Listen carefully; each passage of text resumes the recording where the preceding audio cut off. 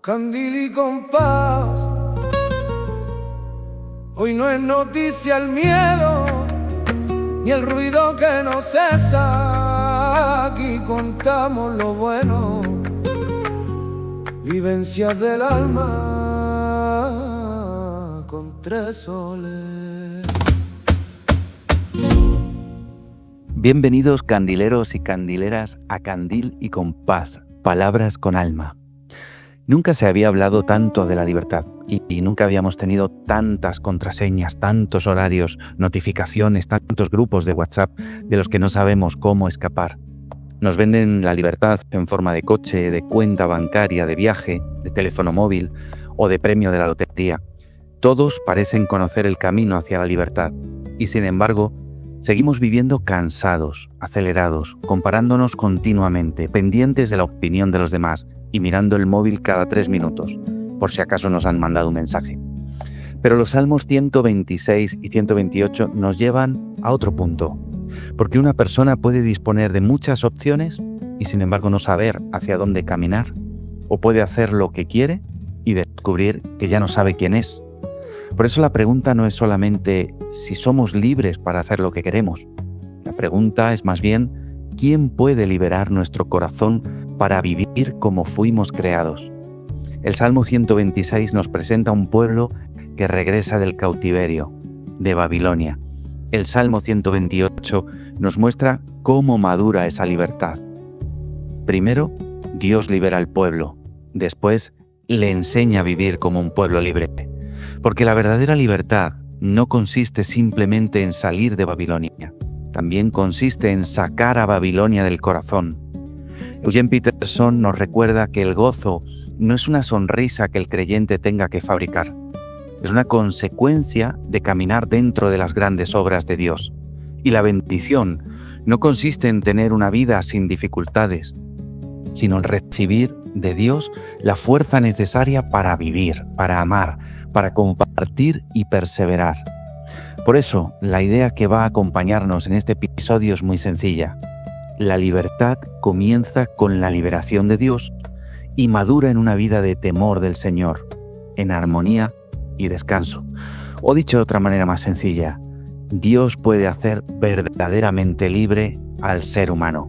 Así que hoy vamos a recorrer los Salmos 126 y 128 siguiendo una palabra que todos pronunciamos, que todos deseamos y no siempre comprendemos: libertad. Candil y compás, palabras con alma. Bienvenidos a esta segunda parte de Candil y Compás. Hoy estamos como en un ruedo, en una encerrona casi taurina, Paco, mi padre, y yo, para hablaros del Salmo 126 y 128. ¿Qué tal? Buenas tardes, ¿cómo estás? Buenas tardes. Pues solito. Aquí estamos, que nos faltan Natán, nos falta Ángel, Juliano, pero que fenomenal. Encantado de estar, hombre.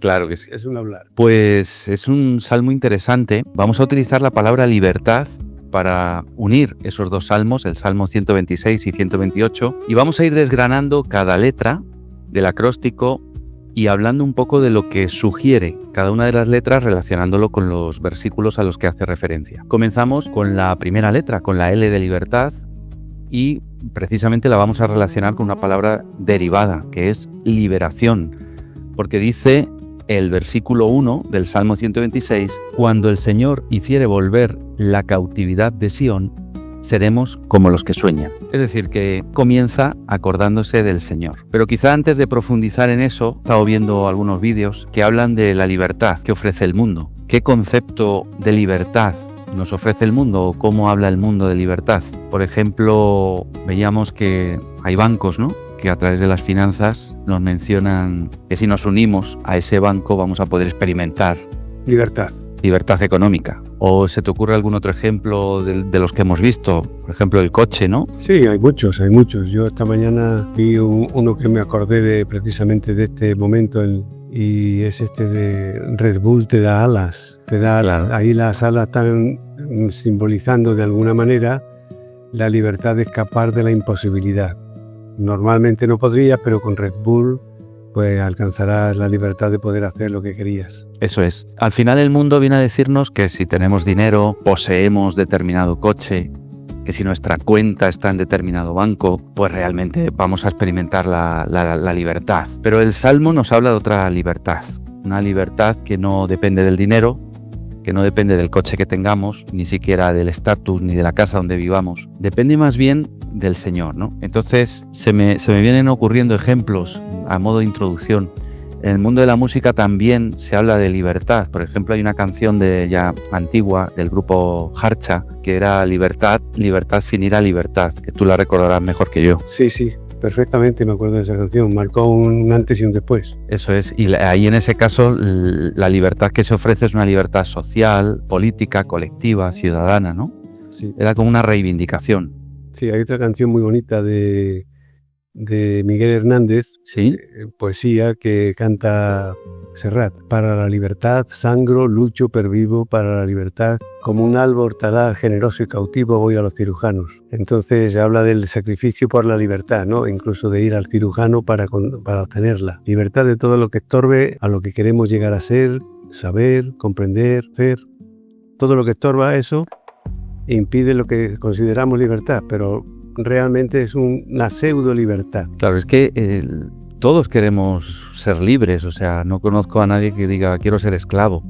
La libertad no depende solamente de que vivamos en un país libre. Podemos vivir en un país libre, podemos tener dinero, podemos tener un buen estatus económico, podemos incluso tener una buena familia, ¿no? Pero, y sin embargo, seguir siendo esclavos de la culpa, esclavos del miedo, tener ansiedad, resentimiento, pero lo más importante, esclavos del pecado también, ¿no? Hay otra canción, ¿te acuerdas de Nino Bravo? Que él cantaba, sí, la de Libre, ¿no? Y si libre, como el sol cuando amanece, yo soy libre, sí.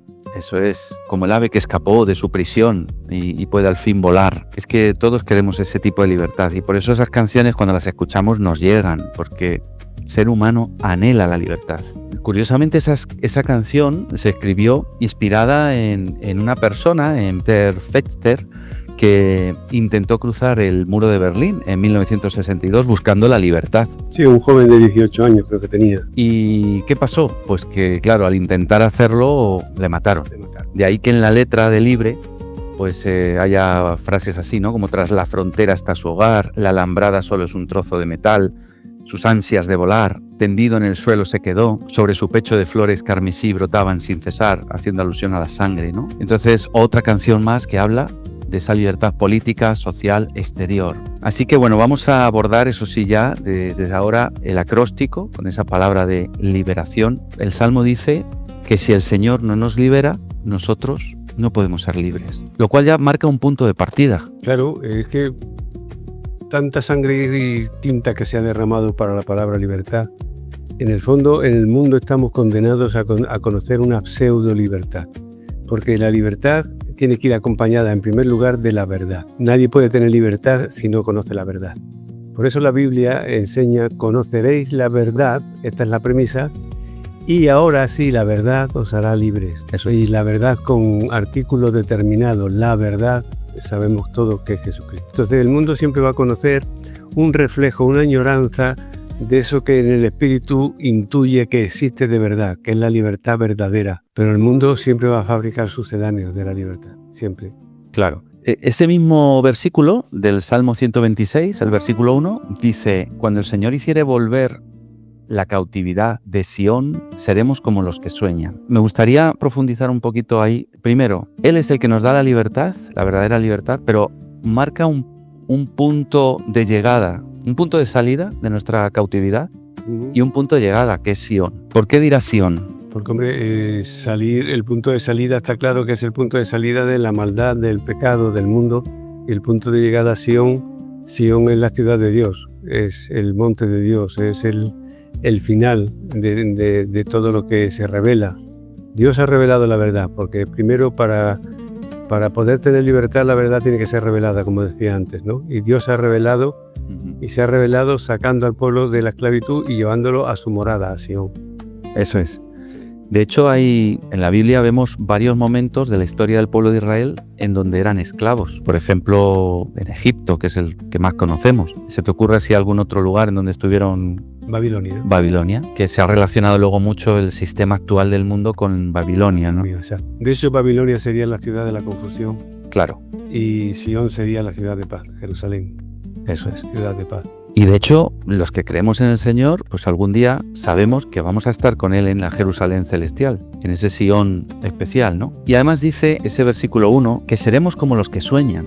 Claro, porque el empezar a oler la libertad que Dios pone delante de su pueblo, pues es que trastorna al hombre totalmente, le llena de un gozo que va más allá de la felicidad, le llena de unas perspectivas de poder soñar, de poder volar un poco con la mente en libertad y por eso entiendo yo que dice seremos como los que sueñan, porque el sueño va más allá casi siempre de las realidades. Entonces la libertad a la que Dios les estaba mostrando en ese momento, pues no solamente ellos, sino los testigos que vieran eso serían hombres y mujeres que dirían alabado sea Dios que ha liberado a su pueblo, porque la liberación que hace el Señor es auténtica, total, rotunda y absoluta. Y estoy intentando meterme en los zapatos o en las sandalias de estos peregrinos cuando iban a Jerusalén a adorar. Y estoy pensando en eso, que ellos recordarían esos momentos en los que fueron esclavos de esas naciones que les obligaban a hacer lo que no querían, que les maltrataban, y ahora eran libres para caminar y dirigirse voluntariamente a Sion, a Jerusalén, para adorar a Dios. Exactamente. Entonces, la pregunta es si nosotros estamos en esa disposición. Pues debemos estar, porque la verdadera libertad no es hacer lo que te da la gana. La verdadera libertad es poder enseñorearte de ti para bien, de lo que el hombre que subyuga para bien sus instintos, su voluntad, sus énfasis, sus ímpetus. Este hombre tiene verdaderamente libertad. Libertad nunca será hacer lo que te dé la gana.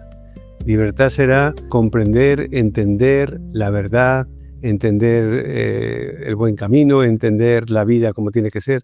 Un hombre puede pensar que está en libertad porque está en el bosque, pero hay más libertad, o en una isla, te lo pongo más difícil, en una isla.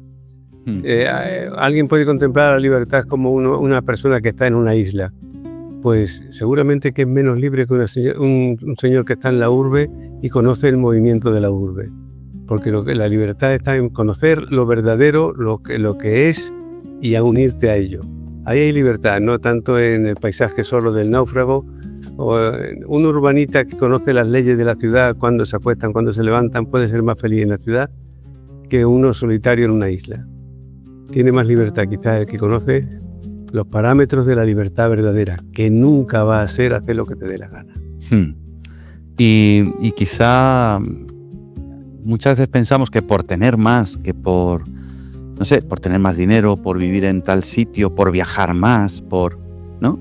Que somos más libres. Y tenemos que pagar un precio para hacer todo eso, que muchas veces es, pues, altísimo. Que es estar dedicado en cuerpo y alma al trabajo, ¿no? Para poder disfrutar de unas vacaciones X, sí, unos días, o para poder pagar unos determinados estudios, o para poder vivir en una casa lujosa. O sea, al final, ¿qué es aquello en lo que estamos invirtiendo cada día? Nuestra vida es algo que nos inspira, como inspiraba a estos peregrinos, es algo que nos ilusiona, es algo que nos hace soñar, o es algo que sí, puede ser en principio una ilusión, ¿no? Pero quizá evanescente, una ilusión que según vamos consiguiendo lo que nos hemos fijado en mente. Normalmente es así. Sí, normalmente es así. Conforme vamos consiguiendo, va perdiendo su especial brillo que tenía para nosotros. Dinero, la Biblia tiene su consejo: sé prudente y desiste de las riquezas. Claro. Hay mucha amargura en las riquezas, aunque la gente dice, no sé cómo lo arma esta frase, que dice, no, el dinero no da la riqueza, pero ayuda bastante, ¿no? Sí. Algo así. No da la felicidad, pero ayuda. Ayuda mucho, sí. No lo soluciona todo, pero sí, así es. Cuando entendemos el verdadero valor del dinero, entonces todo el que tenga no te hará daño. Claro. También habla de eso, de que el amor al dinero es la raíz de todo mal. No está mal tener dinero. Sí, el problema es amar el dinero, ¿no? Exactamente, claro. O sea, al final todo, si nos damos cuenta, volvemos al versículo 1, que casi no hemos salido de él, ¿no? Es el Señor en el centro. Claro, la verdad en el centro de la acción que sea. Y eso va a marcar una persona que está eligiendo sin conocer la verdad, está cautiva. Aunque se crea libre para votar, para elegir, está cautiva. Entonces la verdad es imprescindible para que podamos actuar en libertad. Por eso Dios tiene que estar en el centro, porque Jesús es la verdad, el camino, la verdad y la vida. Y no hay otra. Podemos presentarlo de maneras, Sí, pero Jesús se ha manifestado como la verdad. sí. La verdad no filosófica, la verdad como realidad de las cosas, lo que las cosas son. Entonces Dios tiene que estar en el centro, pues por fuerza, Claro. porque Él es la verdad Conoceréis la verdad, y la verdad os hará libres. es hablar. Y Jesús mismo decía, yo soy la verdad, Yo soy la verdad. la luz y la verdad. Claro. Si no conoces a Dios, es decir, si no lo tienes en el centro, todo lo que hagas puede ser, pues en cierto modo, bueno, entre comillas, bonito, deseable, pero no es la verdad. No te está dando la libertad. Sigues teniendo ahí el hueco, el vacío de sentirte esclavo de otras cosas todavía. Sí, lo que pasa es que hoy como se vende tanto eso, ¿no? De que tú eres libre cuando haces lo que te da la gana, ¿no? Cuando Claro. tú eres libre cuando dices lo que quieres, cuando haces con tu cuerpo lo que quieres, o sea, es totalmente contrario a lo que la palabra dice, ¿no? Claro, Alberto Cortés, que lo conocéis, algunos de vosotros, cantaba: no soy de aquí, ni soy de allá, no tengo edad, ni porvenir, y ser feliz en mi color de identidad. Es decir, la libertad era no ser de ningún sitio, no poderlo coger por ningún lado. A ver, si quiero ser de aquí, soy de aquí, si quiero ser de allá, soy de allá, si quiero el color verde, soy verde, si quiero... Entonces esa canción reflejaba, para mí por lo menos, un rasgo de ese concepto de libertad, ¿no? Sí, sí. Está muy lejos de la verdadera libertad. Ciudadano del mundo, vamos. Sí, no puedes atraparlo porque es que no es de aquí, no es de allá, no tiene edad. Pues el Salmo continúa, ¿no? Hemos hablado de la liberación que comienza con el Señor. No podemos liberarnos a nosotros mismos. Hemos hablado de la ilusión que surge en nuestras vidas cuando el Señor es el centro, cuando Él nos ha liberado del pecado, de la vida mala que llevábamos. Y la siguiente letra es la B. ¿Qué palabra mejor que bendición?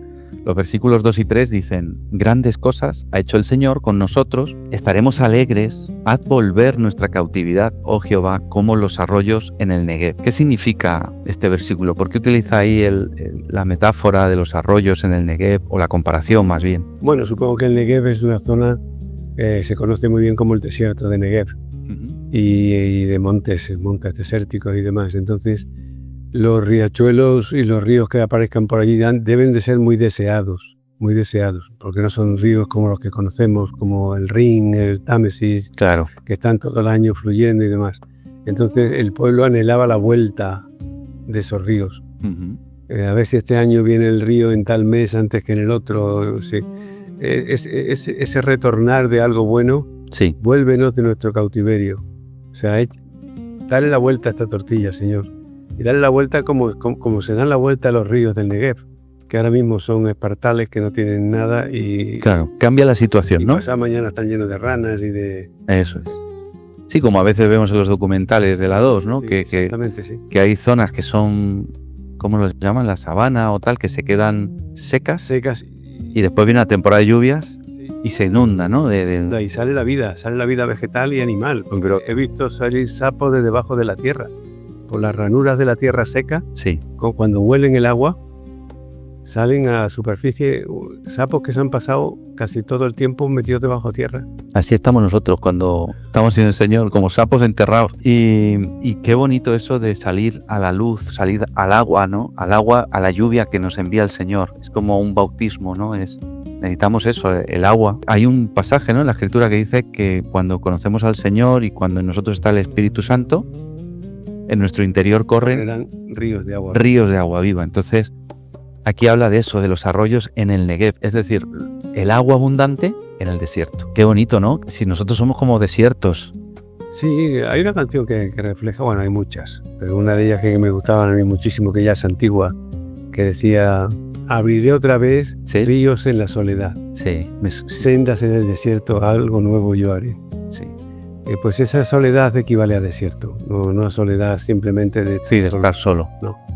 Ríos en la soledad haré volver otra vez ríos a la soledad, ríos en el desierto. La cantábamos, era muy bonita. La idea es la misma que ponéis cuando dice que hacer volver los ríos del Negev. La E habla de encuentro. Claro, ¿por qué se produce un encuentro? Pues es que aquí podemos hablar mucho, ¿no? Largo y tendido, pero a ver, Cuando tenemos al Señor en el centro, cuando Él nos da ilusión, pone sueños en nuestro corazón, en nuestro espíritu, cuando nos trae su bendición sobre nosotros, es que yo diría, primero hay un encuentro con nosotros mismos, con nuestra propia identidad, con la verdadera identidad, con quiénes somos. Sí. O sea, dejamos lo que decías al principio de esa verdad falsa, que no es una verdad. Sí, la pseudo verdad del mundo. Claro, que al final nos la creemos y hacemos lo que no deberíamos hacer.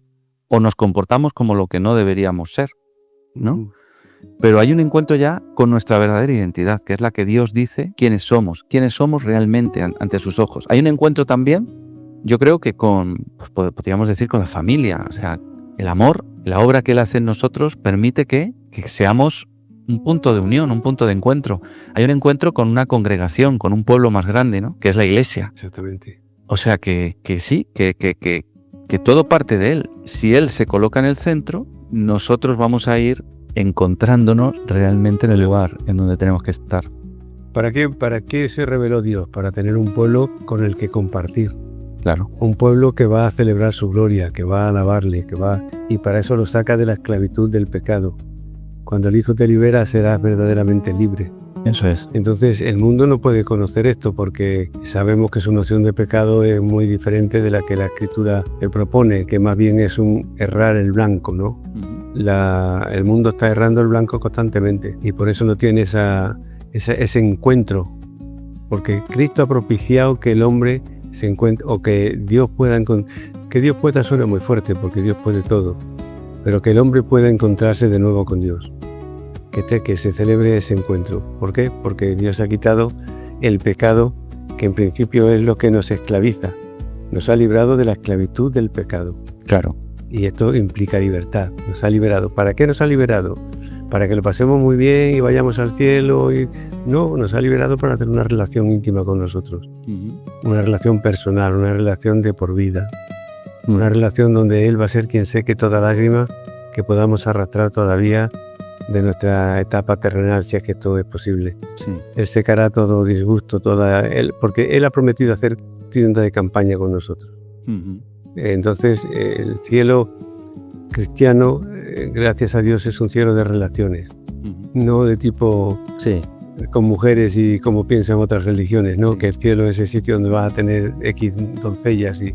No, el cielo es el lugar donde vamos a compartir con Dios en persona. Claro, un lugar de encuentro. Un lugar de encuentro. Para eso, para esa verdadera libertad que nos lleva a ese encuentro, porque Dios no quiere en el cielo a las personas que no quieren estar. Hay gente que se empeña en que en el cielo vamos a estar todos. No porque ya de por sí hay una selección natural. ¿Cuál es? La gente que no quiere saber nada del cielo. Uh-huh. ¿Cómo va a pasar la eternidad en el cielo si no quieren saber nada del cielo? Uh-huh. Entonces, Dios prepara el camino para aquellos que sí tienen un corazón para ese encuentro, lo encuentren en Cristo Jesús, quien nos ha liberado de la esclavitud, y ahí entra la proposición, libertad, nos ha dado la libertad para un encuentro eterno con nuestro Padre Celestial. Y ahí se habla incluso en Apocalipsis de toda lengua, ¿no? Toda lengua clamará. Eso será, digamos, pues un poquito, entiendo yo, para que se sepa en tanto en los que le amaban como los que no le amaban quién es la autoridad, ¿no? Uh-huh. Toda lengua, de los que están en el cielo, en la tierra y debajo de la tierra, proclamarán. Así que hasta en el infierno se va a decir, Jesús es el Señor. Uh-huh. Y de toda tribu, toda lengua, toda etnia, ¿no? Ya ves, Dios. Eso es. La siguiente letra sería restauración, sería la R de restauración. Y el Salmo 126, versículos 5-6 dice: los que sembraron con lágrimas, con regocijo segarán, irán dando el que va llorando, llevando la preciosa simiente, mas volverá a venir con regocijo, trayendo sus gavillas. O sea que nos habla de que el nuevo trabajo que vamos a tener, posiblemente hemos pasado por una etapa difícil, ¿no? Pero ahí dice que ese nuevo trabajo, aunque no va a eliminar todas las dificultades, porque en el Señor también tenemos grandes pruebas y esfuerzos, aunque sembremos con lágrimas, hay una esperanza, hay una promesa, ¿no? Con regocijo segarán. Va a haber una cosecha. Por supuesto. Entonces, a veces nos da esa esperanza de decir, todo ese esfuerzo que estamos haciendo ahora, todo ese sufrimiento que no tenemos por qué entender muchas veces, y lo estamos viviendo en fe, lo que este salmo dice es, va a haber una restauración, va a haber un regocijo, va a haber una cosecha Por abundante. supuestísimo, y ya Jesús nos anticipó, ¿no? Cuando Él va camino prácticamente a su sacrificio, Él dice, yo estoy haciendo nuevas todas las cosas. Ahí está la restauración. Yo hago nuevas todas las cosas. Sí, Y esa es una restauración desde la raíz que va a dar al pueblo la libertad primigenia que tuvieron Adán y Eva para pasear con Dios en el Edén. o sea que es vuelta a la perfección. Vuelta al origen de lo que es la vida, lo que es la luz, lo que es todo. Claro. Vuelta a Dios totalmente. Y ahora ya sin riesgos Sí, de desobedecer, porque como el hombre fue probado en Adán y falló, Jesús fue probado y no falló. eso es. Con lo cual ahora se quita ya la teoría de la posible, ¿y si fallamos una vez más? No vas a fallar, porque allí solo están los que no han reunido méritos. Allí están los que han creído en quien sí tiene méritos Claro. y los tiene eternamente, así que no existe la posibilidad del fallo. Estamos en él. Estamos en Él, porque Él ha renovado todas las cosas, las ha restaurado. Y ahora es posible la verdadera libertad. Seréis verdaderamente libres. Eso es. Libres para servir a Dios, libres para aborrecer el mal, libres para obrar la misericordia que Dios ha derramado en nuestros corazones, libres para el bien en general, que para lo que Dios hizo al hombre. Eso es. Pues fíjate, ahí terminaría el Salmo 126 y saltamos al 128, que nos va a hablar de cómo vive esa persona que ha sido restaurada. Digamos que el 126 vemos que solamente es Dios quien nos puede liberar del pecado y nos puede dar la verdadera libertad. Y ahora el 128 nos habla de la alegría que supone esa nueva condición de ser hijos suyos, ¿no? Por ejemplo, la T la vamos a atribuir a temor del Señor. El versículo 1 del Salmo 128 dice: bienaventurado todo aquel que teme al Señor, que anda en sus caminos. O sea, que un rasgo de una persona que ha sido liberada del pecado, que ha conocido a Dios, que ha conocido a Jesús, es que en él o en ella va a tener temor de Dios. Claro. ¿Qué significa eso de temor de Dios? ¿Tener miedo de Dios? No, es un temor reverente que pone en valor la diferencia que hay entre la criatura y el Creador, el sublime ser que está en nuestra presencia o en nuestro interior, como dice Jesús, que habitaría en nuestro interior por el Espíritu Santo. Temer a Él es dar dignidad a sus palabras, respeto a su voluntad. No tiene nada que ver con el miedo, no es un temor para miedo. Dios no es padre del miedo. Sería como: admiro tanto a Dios Sí, algo así. que no me atrevo a defraudarle, ¿no? Sí, O así sería. algo así es el temor de Dios. porque- No está con el miedo, no tiene nada que ver. Eso es. No es obedezco porque tengo miedo de que me caiga un rayo encima. No No. tiene que ver. Puede que algunos le temamos de esa manera, ¿no? A ver si me va a mirar mal, ¿no? Sí, a ver, no voy a hacer tal cosa, no sé a cuánto qué. Pero es una falta de conocimiento de Dios. Dios es amor y en el amor no cabe el temor. Eso es. La A sería armonía. Y en el versículo 3 del Salmo 128 dice: tu mujer será como vid fructífera a los lados de tu casa, tus hijos como plantas de olivo alrededor de tu mesa. Está hablando de la vid y del olivo, los árboles importantes en la palabra, Sí. ¿no? Sí. Símbolos del olivo a veces se ha relacionado mucho con Israel también, ¿no? Sí, es uno de los símbolos junto con la higuera. Junto con la higuera. El símbolo es la higuera y la vid. Y la higuera y la vid. Y la vid que da el fruto de... La vid representa pues la que da alimento, pero también la que da alegría. Eso es. Porque ten en cuenta que de ahí se saca el vinito. Claro. Ya sabemos cómo está el Rioja, ¿no? Sí, el vino es un símbolo de alegría, claro. Alegrar el corazón con un poco de vino es correcto. Claro. Lo que no es correcto es que se alegre el tabernero porque te dejes allí el salario. Efectivamente, hay que tener cuidado. Y fíjate que habla también de como una promesa, ¿no? De que tu mujer, viene a hablar de la familia, ¿no? Que va a ser de bendición, que vas a tener un matrimonio, va a haber armonía.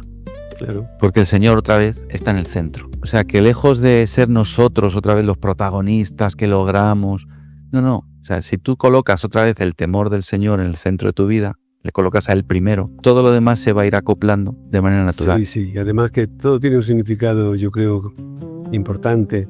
Cuando la mujer la coloca como a los costados de tu casa, hay un papel de la mujer como lo diría, como capitana del hogar. Sí. No como la cenicienta sacrificada que se la puede faltar al respeto. No, la mujer tiene que ser muy amada, Sí, pero tiene una influencia muy grande en el hogar. Si un hogar falla el padre, mal va, pero si falla la madre va peor. claro. Suele pasar así, ¿no? Ujú, ujú. Y la madre, como la vid, que es aquella que simplemente porque está ¿cómo se llama? El sarmiento está Sí. enraizado en la cepa, Sí, no tiene que esforzarse, el fruto viene solo. Entonces la mujer será fructífera por sí misma cuando esto se está dando en la familia cristiana.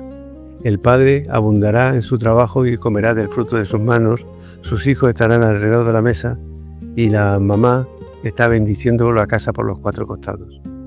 Proverbios 31 habla de la mujer virtuosa. Dice muchas cualidades: que se levanta temprano, que va al mercado, que negocia, que compra, que vende, Sí, que no permite que falte alimento tampoco en la casa, que que tiene sus teje, hijos bien, que tiene sus hijos bien cuidados, criados. bien vestidos de invierno, no pasan frío. Sí, bueno, por eso se llama la mujer virtuosa, ¿no? Ahí la hallará. Que es una maravilla, ¿no? Sí. Y me estaba acordando también, cuando hablamos de la vid, de que Jesús dice eso, dice: yo soy la vid, vosotros los pámpanos. El que permanece en mí, este lleva mucho fruto, ¿no? Sí, Pero pues, apartados de mí, nada podéis hacer. nada podéis hacer. Entonces, esa armonía que necesitamos en el hogar, en la familia, en nuestros matrimonios, solamente nos la puede dar el Señor. Así es. Nosotros podemos intentar hacer las cosas bien, pero tarde o temprano el amor que necesitamos para perdonarnos de corazón, ¿no?, y profundamente, es el amor del Señor. Sí, nosotros en definitiva tenemos que hacerlo también. Lo que pasa es que lo hacemos bajo el parámetro de la vigilancia y la voluntad de Dios. Claro. No se trata de que el hace Dios significa que yo estoy parado en una silla y Dios me está corrigiendo el hogar, ¿no?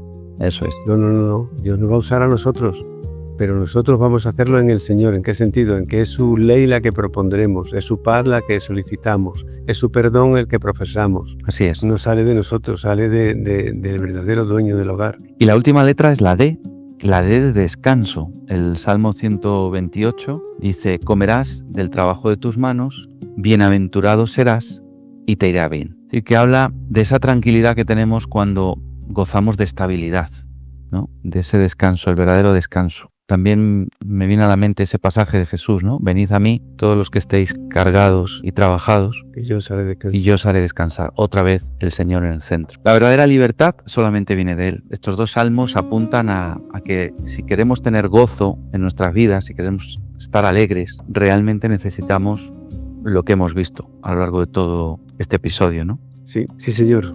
Así que, bueno, nada, que el Señor nos libere y que podamos madurar en ese temor del Señor para disfrutar de su armonía y descanso. Sí, que conozcamos a Dios. El consejo que dio Jesús en su momento cuando pidieron qué había que hacer, pues conocer a Dios. Conocer a Dios es importantísimo. Es importantísimo. Conocer a Jesús, conocer al Espíritu Santo, conocer la verdad, porque esa es la única garantía de que gozaremos de verdadera libertad, aunque estemos en la cárcel. Eso es, eso es. Pues terminamos aquí esta segunda parte. Pues cerramos. Muchísimas gracias. De nada. Un abrazo. Un abrazo. Candil y compás, palabras con alma. Quizá no vivamos en la antigua Babilonia, pero todavía existen cadenas. La prisa, el miedo, la comparación, la culpa o la necesidad de controlarlo todo. Y frente a ellas, los Salmos 126 y 128 nos recuerdan que Dios no solo libera, también nos enseña a vivir en libertad. El Salmo 126 nos muestra un pueblo que regresa cantando, y el 128 a ese mismo pueblo aprendiendo a caminar en los caminos del Señor, a compartir la mesa y a descansar bajo su bendición, porque la verdadera libertad no consiste en vivir lejos de Dios, sino en volver a Él. Que el Señor rompa nuestras cadenas, que restaure nuestra alegría y conceda armonía y descanso a nuestro corazón. Ole por el Dios que libera, ole por el Dios que restaura, y ole por los hijos que vuelven a casa. Has escuchado Candil y compás.